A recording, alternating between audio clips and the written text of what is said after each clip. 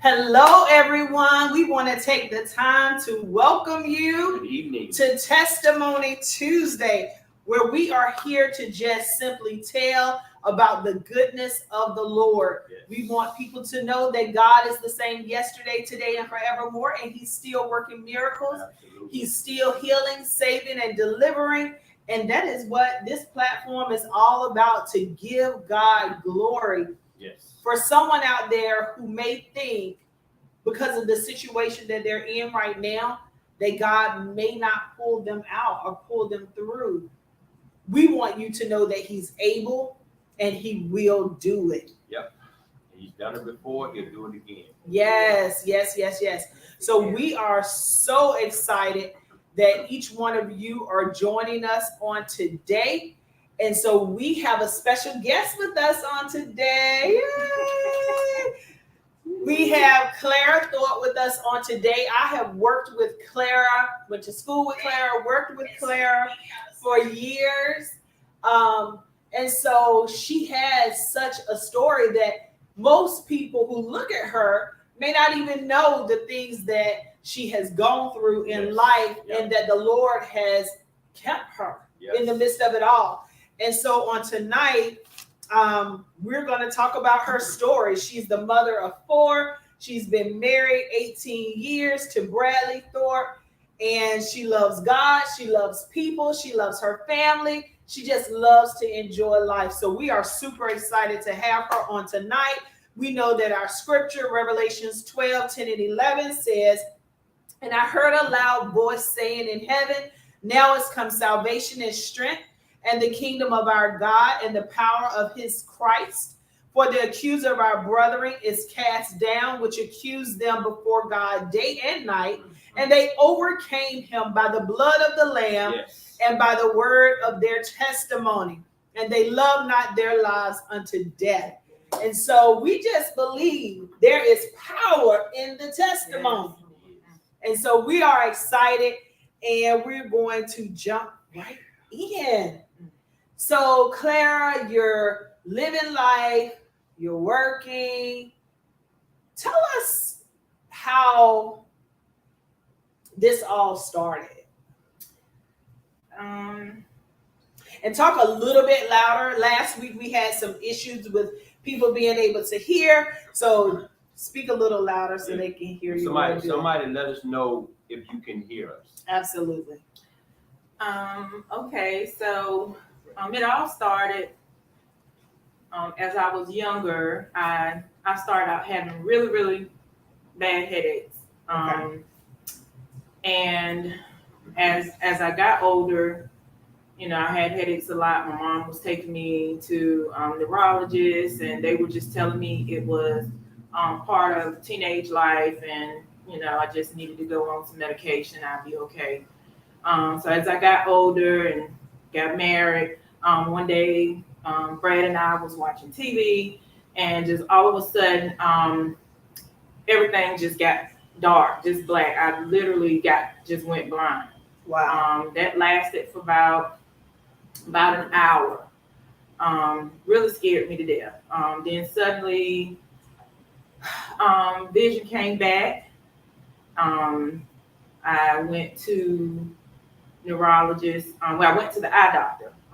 They told me I did need glasses, but they referred me to eye doctor. I meant to the neurologist, ophthalmologist. And so went to the ophthalmologist, and they did a spinal tap. As she was pulling the fluid off, it literally felt so good, like I could just feel it. And so they did that several times, and I felt better. And so a couple weeks later, I could feel my vision getting bad again. Go back. They do another spinal tap, pulling in. So after a little while, she kept telling me that you can't keep getting spinal taps. This is not healthy. But she was telling me that it was a lot of fluid that was building on my brain. And so that's probably what was there, all my life, the whole time I was having really bad headaches. So it was a lot of fluid building. So she sent me to Chapel Hill, to a neurologist. And so we get there to him, and long story short, I get there to him, and he tell me that I'm gonna probably need a shunt. So when you say a shunt, you mean cutting your head open? Cutting my head open, putting the shunt in. The shunt was on this side of the brain, to going behind the ear and going on down, and flushing the fluid. Wow. So I was really, really afraid of that, but that was the only way that they could pull the fluid, because the fluid was just building really bad. So now, when they put this shunt in, do they have to shave your head and cut? Well, at that time, they didn't shave my whole head. They just shaved like maybe this much of it. Wow. And so that was in 2012. Yeah, that was in 2012. They did that. And so, after doing that, stayed out of work about 6 weeks, 6 to 8 weeks, did that, went on back to work. A year later, about a year later, I started feeling really bad, started swelling behind the ear really bad. And I would go back to UNC telling them I'm not feeling good, something is not right. We'll go to the ER. They would send me home. They would tell us, you're fine, nothing's wrong, you're okay. I'll go home, but I would just feel so bad. We'll go back to the ER. Brad would tell them, look, something is wrong. Something is wrong. But they would literally tell us, I'm fine. Wow. You're fine. You're okay. There's nothing we can do. She's fine. Go home. I mean, I would be sick, not feeling good, hurting. But after going a couple of times, about 4 or 5 times, they would tell me, you're fine. You're good. Go home. We'll go on home. So I was working as advance. I remembered them. I was not feeling good. I was just so weak. And they called Brad and told Brad that I needed to get to an ER. So they came, took me to the hospital. Still, UNC said that I was fine. I was okay. So this particular time I was at home and I wasn't feeling good. And they took me to Granville. My nephew's wife was working in the X-ray radiology department. And I remember she called Brad over and she said that I had a cyst in the bottom of my pelvic about this big, and it was full of fluid. And they thought I was pregnant when we got to the ER because I was just hurting so bad here. And they rushed me straight to Duke Hospital. And when they rushed me, they had to remove the shunt. Wow. Because it was infected so bad. They didn't even put me to sleep when they removed the tubing from this part. They cut me here, they pulled the tube, they tested it, and it was infected with staph. So all along, when I was running to the hospital saying I wasn't feeling good, it was staph. And it put me out. I was out for like a long time, didn't remember anything out of it. I couldn't even tell you pretty much anything that was going on because it just knocked me out. It put me out. They had to shave my head again, take the shunt out. So I stayed there. I had staff. They literally told Brad that if I had been just a little while late, that I would have made it. Wow. Yeah, they had infected my whole body. So I was there for a long time. Jesus.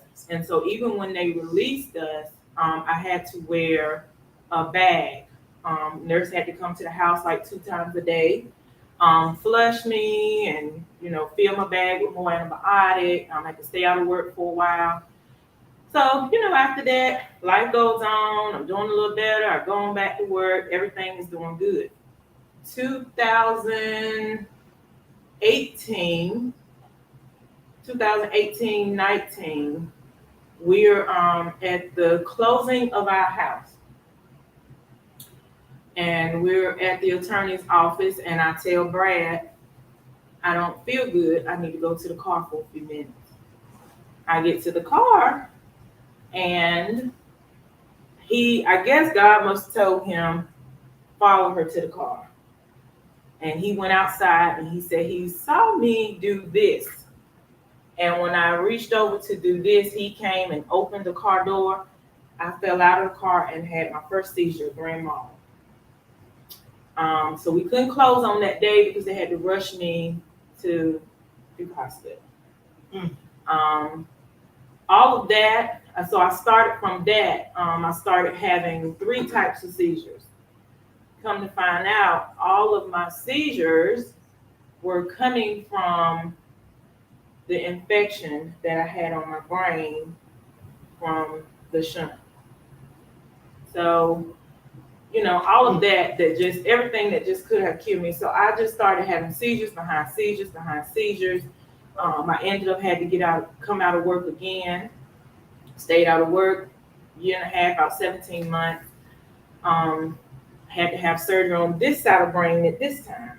So I'm looking at this, and Brad is saying that the doctors told him that you could have died because people don't live with staph infections like that. As the rate of mine and the way they said how mine was, that they don't live. That I could have died. That's why I said when I went out, I don't remember anything. I literally, they celebrated Bryson's birthday in my room. I don't remember. We actually have pictures of us celebrating his birthday in the room, but I was out because they said I really was out of it. They don't see how I survived it. So, we, after doing everything from the seizures, like I said, in 2020, I started, going through everything, and I finally just had my surgery from the seizures. And when they did the surgery from that, I was thinking that they came in and they told me about 5 minutes before the surgery, they was gonna have to shave my whole head for that surgery, but because of everything that happened in the past, they didn't want to leave hair because they didn't know if it was going to cause more infection. Right. So since then, thank God, I haven't had but one seizure, and I think I brought that one on my own because about a month or 2 after the surgery, I caught COVID and pneumonia. Jesus. And I stopped my medication because they put me on so much medication after COVID and pneumonia. I didn't want to take all that medication, so I stopped my seizure medication. And I was going down the stairs at home and I fell having a seizure. Wow. So Brad also said that they had to put a PICC line in you from the hospital from November to that January. Mm-hmm. Yeah, and I'm glad that he's saying things because that all of that I went through did a lot to my memory, and I couldn't remember anything. And like I said, they finally took me off of one of the seizure medications, but I'm still on 2. And he's afraid to. My neurologist is kind of afraid to still take me off of them right now because even though I had the surgery, my seizures were so bad, and because I was having 3 type, he said he still want to keep me on them. But I'm just still blessed, and thank God that I'm not having it at all. Wow. Yes. Yeah. So Brad said also they placed 8 electrodes in your head to determine where the seizures were coming from. Yeah, so monthly, I was going to, my neurologist left Duke and went to Wake Forest Baptist in Winston-Salem. He wouldn't tell me where he was going because he said, by law, they can't tell you where they're going. But he is so good. I would tell anybody to find him. Dr. Robles, he is the best neurologist I've ever seen in my life. So I researched until I found him. And I followed him. So I left there and went to him. So I will drive to Winston-Salem for my doctor's appointment still now. So monthly, he would I would have to go to him monthly and stay for like 2 or 3 weeks at a time to, so that I had to have things put into my head. and I would have to stay woke for 2 or 3 days at a time because he wanted me to have a seizure. So they would take me off the medication, keep me woke for 2 or 3 days at a time so that I can have one, because he wanted to see where the seizure were coming from and what part of the brain, because he wanted to, see what side of the brain to do surgery on. Wow. So it was a lot, and it was just strange to me because it happened. Most people have their seizures at young ages, but I started having mine at such an old age. But you just never know. I still thank God, because you just don't know who you're having. Because I just talked to someone just this past weekend who's literally having the same symptoms, and we ran into each other, and I helped her, and she was just in tears because she said, I've never ran across anybody that can help me, and I'm grateful that I ran into you because you're helping me now. So you just never know. It was my testimony, Wow. but it was to help someone else. Brad said they will have to monitor you and record it to determine. Yeah, because I never remember. Brad would monitor video, Jack Bryson. I hate it for Bryson because he always videoed. He would cry because he didn't like seeing it. A lot of times when I had him, I would turn into a different person. I treated him as, if we were in a car, I treated him as my Uber driver because I didn't know who he was. So I would say, sir, can you take me to the store? Can you take me here? They were so bad. There was a time I asked him to take me to Walmart, and I had one while we were in Walmart and filled my grocery cart up with stuff that we don't even use. And, Wow. And he said he came in because I was treating him as a Uber driver, so I didn't want him to go in with me. And he came in with me and he said, no, Mom. And then by this time I was coming out of it and I looked at the card and I said, oh, wow. But I didn't remember. So a lot of them, I never remembered what I was doing. I didn't remember. I was having them at work, sending emails. Wow. So, and that's when the doctor said, this is it, you got to come out of work. And so that's why I had my last day at work. Wow. So, and that's when I was out of work about 17 years. So they were really bad. And I'm glad I'm glad he is, saying things because I never remember. Right. So he's saying that on September the 3rd, you had 5 seizures while you were at Wake Forest Baptist in your sleep, and they were able to see where the seizures formed. Mm-hmm.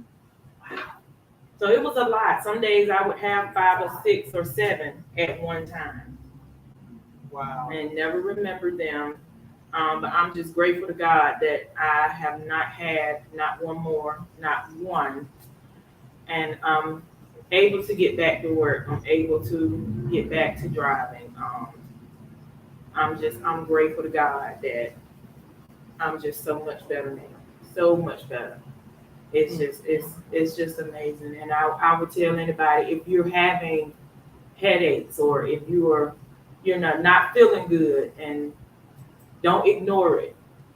Try to see what's going on. Go to the doctor, neurologist, or anything like that. Just do not ignore it. Please, see what's going on, because you never know. I went years with headaches, and then all of a sudden I got fluid on the brain, and that's where my headaches were coming from. Fluid on the brain that led to seizures and infections, and things like that. And then it just led from one thing to the other. So don't ignore. And you'll be amazed at how many people has came to me now and are telling me, your story has helped me. Your story has helped my child. I went to the doctor, and my mom has went to the doctor, and this is what's happening. And it's just to hear the doctor tell me on several occasions, I don't see how you made it, because I have a patient that has died because of this, or you were gone. You weren't supposed to make it. So I'm grateful to God, and I've literally told myself over and over. And just to say this, you never know when your last moment is going to be. Right. Don't stress and worry yourself, because you don't know what's bothering you and what's there to take you out. Just go to the doctor, please. Check yourself. You just never know. Wow. Powerful. Yeah. So we actually had another young lady on with us not too long ago, and it was something down the lines of the same thing. Well, not the same thing, but the same situation, such as listen to your body. Mhm. Like you were going to one location, and they were saying there's nothing wrong with you. They were sending you home, and you went a couple different times. They would say the same thing, but your body was telling you something else. Mhm. So when you listen to your body, then you were able to get a second opinion or another opinion. And here we are today. Mhm. Had you ignored your body the way that they said, that nothing was wrong. Nothing was wrong. So it's very important Yeah. to Not to give up, right, to not keep to give pushing, up. because you know your body. Yeah. And I think Yeah. that's powerful. Brad said something else that I think is powerful. He said what she went through gave us a new respect simply for who God is and what he is able to do. This brought us so much closer to Christ. Mhm. That is powerful. And it did. It goes like I said. I love to laugh. I love to be around people, and I love to have fun. But when it comes to doing something like this and speaking and talking in front of people, I just Right. don't. But when you asked, I had to, because you don't know who you're gonna bless. Right. And it, like you said, and it brings you closer to Christ. And this, I grew up in church. I trust God. I know all about it. But this right here definitely brought me closer to Christ, because I know nobody healed and nobody did this but him. Nobody. Right. And so I honestly, I trust God even more now. Mm-hmm. And so I just thank him so much. I do. I thank him. One thing that I always, and I've heard it in songs, I've heard it said, but you would never know God to be a healer unless you were sick. Yes, that's And right. so it's so powerful because, we talk about who God is and his attributes, but if you're never in a situation that you need that attribute, you really don't know him as that. And so because of this, you know him to be a healer, and nobody can tell you That's that right. he's not. That's right. And so that is so powerful. That is so powerful. I was looking at some of the comments, and people are talking about just how God is a healer and how good God is. And one of your friends said that she was on the phone with you one day when you were actually having a seizure, and how you went to your cousin's house and you didn't even remember ordering the food. So I guess maybe you were having a seizure at the time or something. And Robin. Oh yes. She should remember a lot of them, because it's crazy, because we were just talking yesterday and I got quiet and she said, "Are you having a seizure?" So she knows, Right. If something is a little bit different, she knows the change. And so Yeah. it's grateful to have, friends and people when they notice a change, Yes. something ain't right. And LaWanda is, there are so many people saying different things, but she's just, talking about what a miracle you are. Yeah. And it is so amazing. And so this was something that if the enemy had had his way, it would have taken you out. It would have took me out, and I'm just grateful to God. I'm telling you, I'm just so grateful to God. And I know he didn't heal me and keep me for me to keep it to myself. Right. If I keep it to myself, then I wouldn't get another chance. And so it's to share. Absolutely. And to let people know. Now, through all of this, you've had seizures. I just see so many different miracles in your life, because not only this, but then the children. Lord Jesus. And so every once in a while, you see Brad's post, and he posts an accident where the children have had, it's this one, then this one, then this one. And I just looked, the last one with Bryson, when I saw his car, and or maybe it was the tree. I don't know which one it was, but I just thought, God. And that same day was graduation rehearsal. And I just And it's just crazy how that right there, when we got to the hospital, they told us that he had a laceration to the liver and the kidney. He was going to have surgery to both. He had to have, they had to go in and do some stitching to up here in his head, and we were going to be there for a while, and he had internal bleeding, and oh my God, I just was no good. I couldn't talk hardly while we were there. They, it was just, oh my God. But me, who do love to talk, have fun, but I was quiet the whole time because I prayed and I talked to God. I know one time he wanted to tell me, would you please shut up? But I talked. And the next day they came in and they said, we're not going to have to do the surgery on the liver. Wow. We're not going to have to do the surgery on the kidney. Wow. We can now remove the tubing. He's not, the internal bleeding has stopped.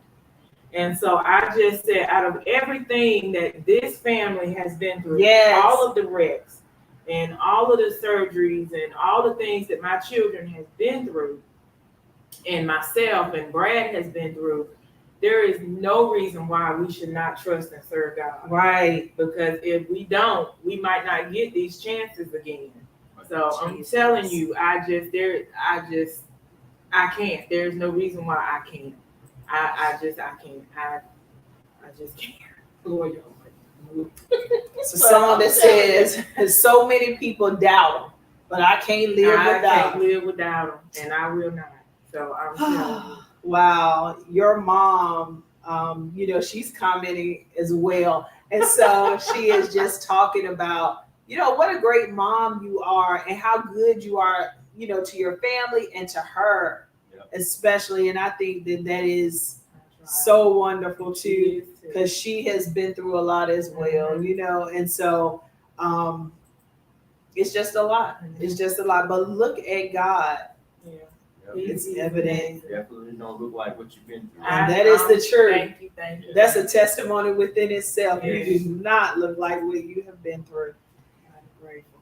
Wow. Well, I am so excited that you came on tonight and that you shared your testimony. Powerful testimony of when the enemy thought that he was going to take you out. God rose up a standard. And so who wouldn't serve a God like that? So I am just grateful that you are still here. I am grateful to see all of the miracles that the Lord is still working. He is still working miracles.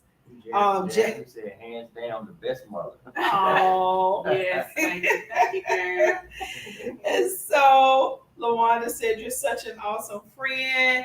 Amy says, to God be the glory. Janet says, it's so powerful. Phyllis is praising the Lord. So it's just so many comments. You'll have to go back and read all of the comments. I tried to make sure all of them at least show on the screen. So you are going to definitely have to go back and read, because your testimony is so powerful. And it is evident that God is still working miracles in your life. And he is not done with you yet. To God be the glory. Yeah. So, guys, we want to thank you all for watching on today. We want to ask you to tune in again next week, where we will share another powerful testimony next Tuesday at 6:00. We are excited. Anything else, honey? No, that's it. Just be encouraged. Absolutely. Listen to your body. Absolutely. And seek second and third opinions if you have to. Don't give up on yourself. Yes. And be encouraged. Yes. And as the song says, definitely don't give up on God, because he will not give up on you. Right. So we are grateful that you joined us. As I said before, join again. Share this with someone. Tag them. Let them know to listen to this powerful testimony, and join us again next week at 6. Thank you. Good night. Good night.